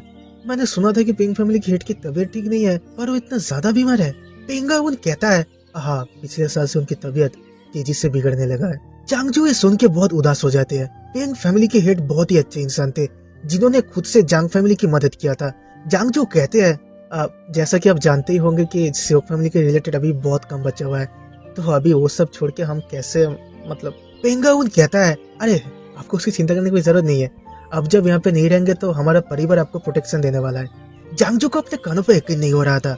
क्या बात कर रहे हो? पेंग फैमिली हमारी मदद करेगा? पेंगाउन थोड़ा सा मुस्कुरा के कहता है, क्यों नहीं, आपके प्रॉब्लम जानते हुए भी हमने आपको इनवाइट किया है, तो ये करना तो हमारा फर्ज बनता है। जांगजू कहते हैं, तो फिर मैं उनसे मिलने जरूर आऊंगा। वैसे वो बैंक्वेट कब है? पेंगाउन कहता है, अगले महीने के पहले दिन को एक बैंक्वेट होगा। तो शाम के वक्त हम फिर जांगरोंग और पेंगाउन को एक साथ देखते हैं, जो लोग अकेले में बैठ के बात कर रहे थे। हाँ, पर कमांडर भी उनके साथ था। पेंगाउन आसपास के सीनरी को देख के कहता है, वाह बहुत ही खूबसूरत जगह है। तो फिर हम एक दूसरे से वो सवाल पूछ ही लेते हैं जो जानने के लिए हम दोनों ही उत्सुक है। लेकिन हाँ, आपको सारे सवाल का एकदम सही सही जवाब देना पड़ेगा, झूठ आप बोल नहीं सकती। और अगर आप किसी सवाल का जवाब देना नहीं चाहते तो आपको ये पीना पड़ेगा। क्या कहते हो? आप तैयार हो? जांगरुंग मना नहीं करती क्योंकि पेंग फैमिली असल में सोच क्या रहे हैं वो जानने का एकदम सही मौका था। पहला सवाल पेंगाउन करता है, आपको किस तरह के आदमी पसंद है? जांगरुंग ने तो ऐसा कुछ एक्सपेक्ट ही नहीं किया था, जिस वजह से उसे समझ नहीं आता कि उसे क्या कहना चाहिए। जांगरुंग को ऐसे देख के पेंगाउन कहता है, अगर आप जवाब देना नहीं चाहते तो आपको ये पीना पड़ेगा। जांगरुंग अब क्या ही करे, वो उस ग्लास को खत्म करके कहती है, अभी मेरी बारी। क्या आप बिना कोई प्रॉब्लम के जांग फैमिली के साथ रहना चाहते हो? पेंगाउन कहता है, बिल्कुल, हम वैसे ही रहना चाहते हैं। तो फिर अभी मेरी बारी। क्या कोई ऐसा आदमी है जिसे आप पसंद करते हो? जांगरुंग के पास इस सवाल का भी कोई जवाब नहीं था, या फिर वो जवाब देना नहीं चाहता था। चाहे कुछ भी हो, उससे और एक ग्लास पीना पड़ता है। अभी मैं पूछती हूँ, अगर जांग फैमिली और पेंग फैमिली के बीच कभी मतभेद होता है तो क्या आप बीच में आके चीजों को संभाल सकते हो? इस सवाल से पेंगाउन थोड़ा सोच में पड़ जाता है, जिससे देख के जांगरुंग कहती है, ये लीजिए, अभी आपको पीना पड़ेगा। लेकिन जांगरुंग को सरप्राइज करके पेंगाउन कहता है, मैं करूंगा, मैं जरूर चीजों को संभाल लूंगा। जांगरुंग को तो उसकी बातों पे यकीन ही नहीं हो रहा था, लेकिन पेंगाउन कहता है, चिंता मत करिए, मैं कभी झूठ नहीं बोलता। तो फिर अभी मैं आपसे जानना चाहता हूँ कि आप मेरे बारे में क्या सोचते हो एज अ मैन। अब इस सवाल का जांगड़ोंग क्या ही जवाब देता, इसलिए वो और एक गिलास शराब पीने जा ही रहा था कि तभी उसके हाथों से गिलास छीन के कमांडर वो शराब पी लेते हैं, जिसे देख के पेंगाउन पूछता है, तो फिर स्क्वाड वॉरियर तुम मुझे बताओ, तुमने जब यंग लेडी के हिस्से का शराब पिया है तो मैं तुम्हारे सवाल का जवाब दूंगा। जांगड़ोंग कमांडर को रोकने की कोशिश तो करता है, पर कमांडर उसे पूरे तरीके से इग्नोर करके कहते हैं, तुमने जब मुझसे कुछ पूछने को कहा तो मैं पूछ रहा हूँ, तुमने सो ईगन को क्यों मारा। पेंगाउन को कमांडर का सवाल समझ नहीं आ रहा था, या फिर वो ना समझ आने की एक्टिंग कर रहा था। सो ईगन, क्या तुम उस वॉरियर की बात कर रहे हो जिसने इन पे हमला किया था। कमांडर कहते हैं, वो तो आपको ही बेहतर पता होगा। ए सुन के पेंगाउन गुस्सा हो जाता है, क्या क्या मतलब कि तुम्हें बेहतर पता होगा, तुम किसकी बात कर रहे हो। पेंगाउन और कमांडर दोनों के चेहरे से पता चल रहा था कि दोनों में से कोई भी अभी मजाक के मूड में नहीं है, लेकिन अचानक ही पेंगाउन हंसते हुए कहता है मुझे लगता है आज के लिए इतना काफी यंग लेडी, 3 दिन बाद अगर आप हमारे फैमिली में आते हो तो मैं खुद आपसे मिल जाऊंगा। एक कह के पेंगाउन उधर से जाने लगता है, लेकिन फिर अचानक ही रुक के वो कमांडर से कहता है, एक मिनट, तुमने अभी जो कहा उसमें कुछ गड़बड़ है। अगर हम तुम्हारी बात माने तो किसी ने सो ईगन को मार दिया है और तुम्हें लगता है कि वो मैं हूँ, लेकिन क्या तुमने ही सो ईगन को बचाया नहीं था, तो फिर इसमें तो सबसे बड़ा सस्पेक्ट तुम खुद ही हो। क्या मैं कुछ गलत कह रहा हूँ? पहले खुद पे गौर करो, फिर दूसरों के ऊपर उंगली उठाना, समझे। पेंगाउन के उधर से जाने के बाद जांगड़ोंग पूछती है, अब आपने क्यों कहा। कमांडर उनसे माफी मांगते हैं, मुझे माफ करना, आपसे ना पूछ के मैंने इतना सब कुछ कहा। जांगड़ोंग कहती है, नहीं नहीं नहीं, कोई बात नहीं, आपको माफी मांगने की कोई जरूरत नहीं है, मुझे पता है आपने जरूर कुछ सोच के उनसे सब कहा, आप बिना किसी वजह किसी से कुछ नहीं कहते। कमांडर कहते हैं, वो बस एक इंटरोगेशन था, मेरे पास कोई एविडेंस तो नहीं है, लेकिन अगर मैं सही हूँ तो हमें पेंग फैमिली से दूर रहना चाहिए। मैं ऐसा कह रहा हूँ क्योंकि मुझे लगता है बहुत जल्दी जांग फैमिली को एक बहुत बड़े तूफान का सामना करना पड़ेगा, एक ऐसी तूफान जिसके सामने स्योक फैमिली भी कुछ नहीं है। तो रात के वक्त कमांडर मिस्टर होंग के पास जाते पिंग फैमिली के बारे में जानने के लिए। पिंग फैमिली का पूरा पावर स्ट्रक्चर क्या है कमांडर को जानना था। मिस्टर होंग पहले तो थोड़ा हैरान होते हैं, लेकिन फिर उन्हें पूरे पिंग फैमिली के बारे में बताने लगते हैं। देखो, पिंग क्लैन के हेड के बीमार पड़ने के बाद पिंग इन्होंने पूरे फैमिली के पावर अपने हाथों में ले लिया था। नॉर्मली हेड के बेटे के पास फैमिली का पावर होता है, लेकिन वो उतना इन्फ्लुएंशियल नहीं था, ऊपर से यंग भी था, जिस वजह से शायद वैसा हुआ। तो पिंग फैमिली के हेड के टोटल 3 बेटे हैं, उनमें से सबसे बड़ा है पेंगाउन, उसके बाद आता है पेंग उइन और आखिर में पेंग जोंग ह्योन। उसके भी अलावा उनके पेंगुल और पेंगसा ह्योन नाम के 2 बेटी भी है। लेकिन इन सबके अलावा और एक बंदा भी है जिसके फैमिली में एक अलग इन्फ्लुएंस है। पेंग फैमिली हेड के सेकंड कॉन्क्यूबाइन का बेटा पेंग उन, स्पेशली लोग उसे उसके एक्सेलेंट कॉम्बैट स्किल की वजह से जानते हैं। मुझे पता है तुम क्या सोच रहे हो, नॉर्मली अगर सेकंड कॉन्क्यूबाइन के बेटे का इन्फ्लुएंस पहले कॉन्क्यूबाइन के बेटे से ज्यादा हो जाता है तो उन्हें फैमिली से निकाल दिया जाता है, पर इधर ऐसा नहीं हुआ, क्योंकि पहला तो हेड स्योक बहुत समय से बीमार पड़े हुए हैं और दूसरा पेंगिनो खुद सेकंड कॉन्क्यूबाइन का बेटा था, जिस वजह से फैमिली के पास सेकंड कॉन्क्यूबाइन के बेटे को सपोर्ट करने के अलावा कोई चॉइस नहीं है। वैसे क्या कुछ हुआ है तुम जो ये सब जानना चाहते हो? कमांडर कहते हैं, मुझे बस लगा कि मुझे इसके बारे में पता होना चाहिए। मिस्टर वांग को कमांडर की बात से झटका लगता है। क्या? नहीं, ये नहीं हो सकता, वो लोग तो 5 ग्रेट फैमिलीज में से एक है, वो लोग। कमांडर कहते हैं, पर क्या वो लोग बस अपने एक्शन को जस्टिफाई करने की कोशिश नहीं कर रहे? मिस्टर वांग पूछते हैं, तुम्हें क्या सच में लगता है वो लोग कुछ करेंगे? कमांडर कहते हैं, पॉसिबिलिटीज तो है। मिस्टर वांग थोड़ा सा सोच के कहते हैं, ठीक है, अगर तुम्हें कुछ पता लगता है तो मुझे बताना, मुझे भी अपने तरफ से कुछ प्रिपरेशन लेना पड़ेगा। कमांडर को फिर हम उनके रूम में देखते हैं, जिधर वो उसी जांग फैमिली के टेरिटरी वाले मैप को देख रहे थे, और बहुत देर देखने बाद उन्हें उधर तेयोंग नाम के एक मार्केट दिखता है जो पहले स्योक फैमिली का हुआ करता था, और ये मार्केट जितना जांग फैमिली के पास है उतना ही पास पिंग फैमिली के भी है।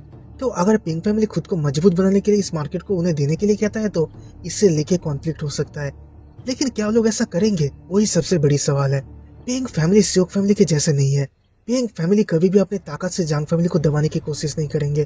कमांडर को समझ नहीं आ रहा था कि पिंग फैमिली को जांग फैमिली में असल में चाहिए क्या, किस वजह से वो लोग ऐसे हाथ धो के जांग फैमिली के पीछे पड़े हुए हैं। जब उन्होंने पेंगा उनसे सो ईगन के मौत के बारे में पूछा था तब उसके आंखें देख के समझ आ रहा था कि वो बहुत शर्मिंदा है, लेकिन सिर्फ आंखें देख के किसी इंसान के इमोशन को समझा नहीं जा सकता। कुछ बंदे बहुत आराम से लोगों के सामने झूठ बोल सकते हैं, जो लोग ऐसे बड़े फैमिली से होते हैं उन्हें इसका ट्रेनिंग भी दिया जाता है।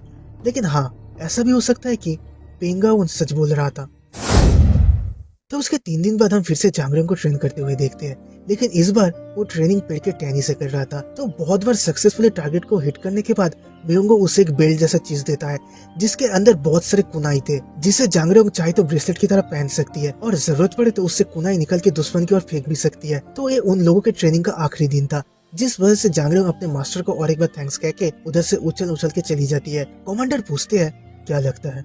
मियोंगो कहता है लगने के लिए हमारे पास है ही क्या, हमने अभी तक यंग लेडी की तरफ से कुछ देखा ही नहीं। कमांडर कहते हैं जैसा कि तुमने कहा था दुश्मन एक जगह पे खड़ा नहीं रहता, वो मूव करते हैं। मियोंगो कहता है उसी वजह से आपको यंग लेडी की तारीफ करना पड़ेगा, उसके बाद ही हम उनसे वो इंटरनल एनर्जी देख सकते हैं। कमांडर कहते हैं वैसे तुम भी पिंक फैमिली में क्यों नहीं चलते? मियोंगो कहता है कमांडर अभी मैं बहुत काम कर रहा हूँ। कमांडर उससे और फोर्स नहीं करते, ठीक है कह के उधर से चले जाते हैं। उधर से सीधा कमांडर अपने रूम में आते तैयार होने के लिए, तैयारी मतलब अपने दोनों शॉट को लेने के लिए, कुमाडो और डिमोनिक शॉट।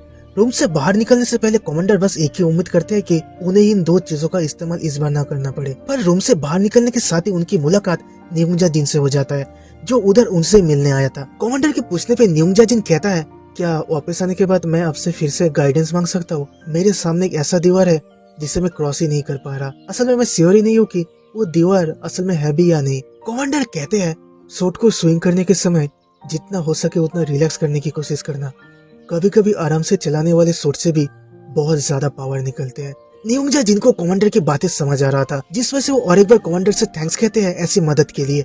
उधर से जाते हुए कमांडर अपने मन में ही कहते हैं न्योंगजा जिन मुझे लगता है तुम एक महान वॉरियर होने वाले हो। तो फिर हम जांग फैमिली के उन बंदों को देखते जो पिंक फैमिली में जाने के लिए तैयार हो चुके थे। उनमें जांगजू, जांगली, जांगरियोंग, जांग फैमिली के 3 एल्डर्स और मोके, मियोंगो और कमांडर थे। दूसरी तरफ पिंक फैमिली में हम पेंगो उनको देखते हैं, जिसने अपने एक बंदे को जांग फैमिली के एस्कॉर्ट वॉरियर के बारे में जानने के लिए काम पे लगाया था, लेकिन बेगर सेट को काम पे लगाने के बाद भी उन्हें जांग फैमिली के एस्कॉर्ट वॉरियर के बारे में कुछ भी पता नहीं चला, क्योंकि काम ऑर्डर देने के 15 दिन बाद बेगर सेट उनसे कमांडर के बारे में कोई भी खबर देने से मना कर दिया था। बेगर सेट ने कहा था कि उनके लिए काम करना इम्पॉसिबल है। पूरे रिपोर्ट को सुन के पेंगो उन पूछता है इम्पॉसिबल मतलब बेगर सेट के लिए क्या इम्पॉसिबल है? किसने कहा? किसमें इतनी हिम्मत? वो बंदा कहता है ब्यूबगे ने वैसा कहा। ब्यूबगे का नाम सुन के पेंगो उनको झटका लगता है, क्योंकि ब्यूबगे बेगर सेट का लीडर था। वो पूछता है रीजन क्या है? अगर उनके जैसे बंदे ने मना किया है तो जरूर कोई रीजन होगा, क्या उन्होंने कुछ कहा? वो बंदा कहता है उन्होंने मुझसे ये भी ना पूछने के लिए कहा। पेंगो उनको और एक बार झटका लगता है, लेकिन फिर वो खुद को संभाल के जोर जोर से हंसने लगता है। Interesting, very very interesting. ऐसा ही तो होना चाहिए, ऐसा ही तो होना चाहिए, तभी तो मजा आएगा। तभी उधर उसकी बहन पेंगुल आती है, जिसके हाथ में सियोक दोम्यूम का दिया हुआ डॉक्यूमेंट था। वो कहती है मैंने जैसा सुना था ये तो उससे बहुत ही अलग है, हम तो इसके आधे भी कलेक्ट नहीं कर पाए। पेंगुल कहता है उसने कहा था ये उन्होंने छुपा रखा था। पेंगुल कहता है ये बुरा नहीं है, कुछ ना होने से तो अच्छा ही है, इससे हमें जो चाहिए वो हमें मिल जाएगा। मैंने फैमिली हेड से सुना कि सियोक फैमिली के हेड ने हमारे प्लान को बिगाड़ दिया है।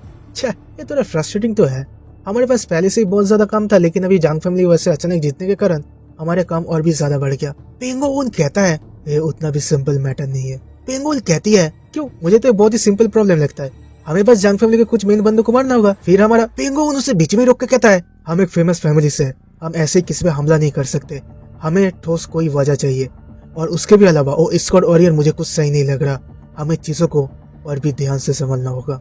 पेंगुल थोड़ा सा मुस्कुरा के कहती है आपको उससे डर लग रहा है ना? आपको जो वजह चाहिए था वो इधर ही है, लेकिन आप फिर भी कुछ नहीं कर रहे, क्या आप डरे हुए नहीं हो? क्या मैं कुछ गलत कह रहा हूँ? पेंगो उनका वो बॉडीगार्ड पेंगुल से कुछ कहने जा ही रहा था, लेकिन पेंगो उन उसे रोक देता है, रुको शांत खड़े रहो। पेंगुल उधर से जाते हुए कहती है जांग फैमिली आज हमारी फैमिली में आ रहे हैं, मैं मौके को रोकूंगा, वो किसी भी खूबसूरत लड़की को देख के पिघल जाता है तो उसे रोकना मेरे लिए आसान होगा, उस बीच मौके का फायदा उठा के अब उस एस्कॉर्ट वॉरियर को मार देना, समझे? तो उसके बाद पिंक फैमिली में हम उनके मार्शल आर्टिस्ट को अपना मार्शल आर्ट स्किल दिखाते हुए देखते हैं, और उन लोगों का मार्शल आर्ट स्किल ऊपर बैठ के कुछ बंदे देख रहे थे।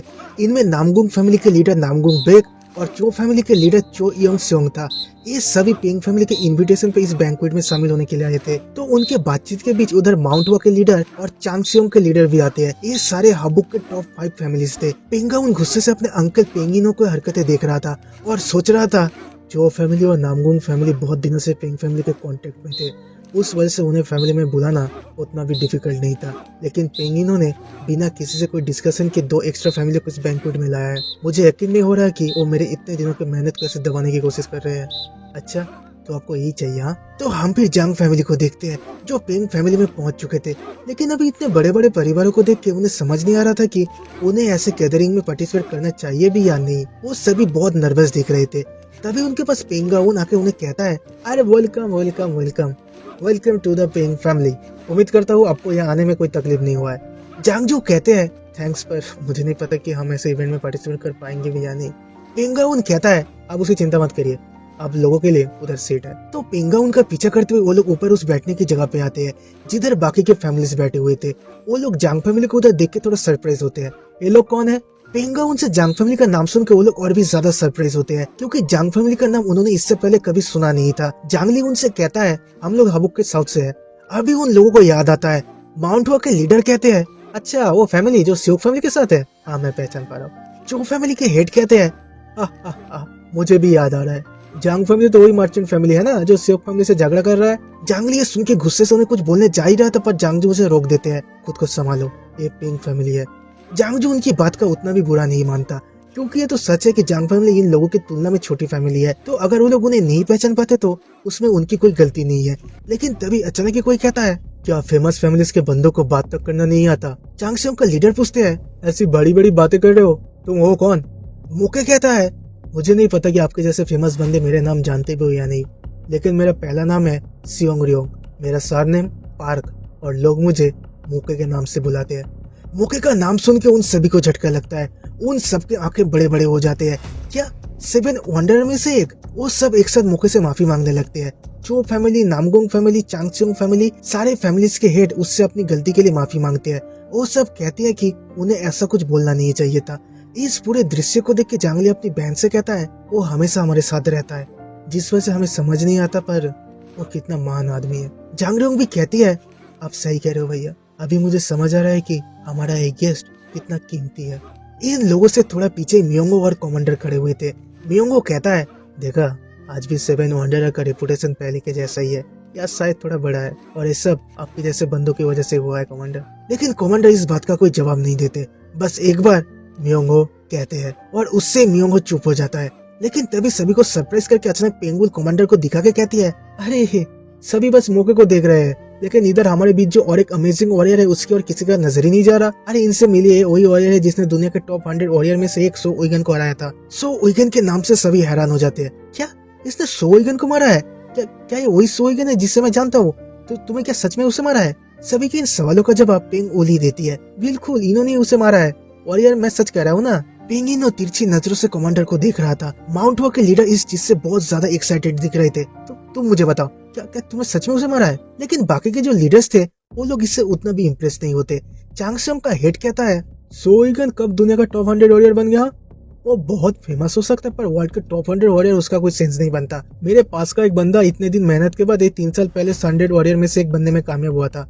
नामगुंग बेग भी उनकी इस बात से एग्री करते हैं। आप बिल्कुल सही कह रहे हो, मैंने बहुत समय पहले सुना तो था कि वो एक टैलेंटेड बंदा है, पर वर्ल्ड के टॉप 100 मार्शल आर्टिस्ट में से एक? नहीं नहीं नहीं नहीं नहीं, वो नहीं था। पेंगुइन उनसे माफी मांगने लगती है, अब मुझे माफ करना, मेरे से गलती हो गया है। चांगसेंग का लीडर कहता है, अरे नहीं लेडी, अब चिंता मत करिए, मुझे पता है आपने वर्ल्ड के टॉप 100 वॉरियर का जिक्र क्यों किया था। तो लगता है जांगफम में बहुत सारे कमल के वॉरियर्स हैं, तो तुम्हारा निकनेम क्या है? ये आखिरी सवाल कमांडर के लिए था, और कमांडर के जवाब सुनने के लिए वो सभी उत्सुकता के साथ कमांडर को देख रहे थे। लेकिन कमांडर क्या ही कहते, उनका जो असली निकनेम है वो है। लेकिन तभी अचानक मियोंगो उनके बीच कहता है, क्वादो नानमा। उन्हें लोग क्वादो नानमा के नाम से बुलाते थे। ऐसा अजीब नाम सुन के सब हंसने लगते हैं। उधर जो एक टेंस सिचुएशन तैयार हो रहा था वो मियोंगो की इस बात से पूरे तरीके से हट जाता है। पेंगिनो भी जोर जोर से हंस रहा था। अबे अंदर चलिए, हम लोग उधर ही बात कर पाएंगे, आप भी आइए मिस्टर क्वांगदो नानमा। मियोंगो कमांडर को समझाने की कोशिश कर रहा था, देखिए वही सबसे बेस्ट तरीका था, और इससे सभी का अटेंशन जो आपकी तरफ जा रहा था वो भी हट गया, और मैंने आपको कुछ गलत निकनेम तो नहीं दिया, अब तो हिटमैन ही थे। कमांडर कहते हैं, अगर तुम बकवास करने वाले हो तो इधर से चले जाओ। कमांडर को उधर से जाते हुए देख के मियोंगो सोच रहा था, ये बहुत ही दुख की बात है कमांडर, पर मैं उन दिनों को सच में मिस करता हूँ। तो ये था आज का एपिसोड, उम्मीद करता हूँ पसंद आया होगा। मुझे पता है पसंद नहीं आया, क्योंकि इसमें सिर्फ बातें ही बातें थी, लेकिन क्या करोगे, ये मानवा ऐसा ही है, इसमें बातें ज्यादा होता है, एक्शन कम। और मैं वादा करता हूँ अगला एपिसोड तुम्हें निराश नहीं करेगी। तो मिलते हैं बहुत जल्द और एक नए एपिसोड के साथ। तब तक के लिए सायोनारा।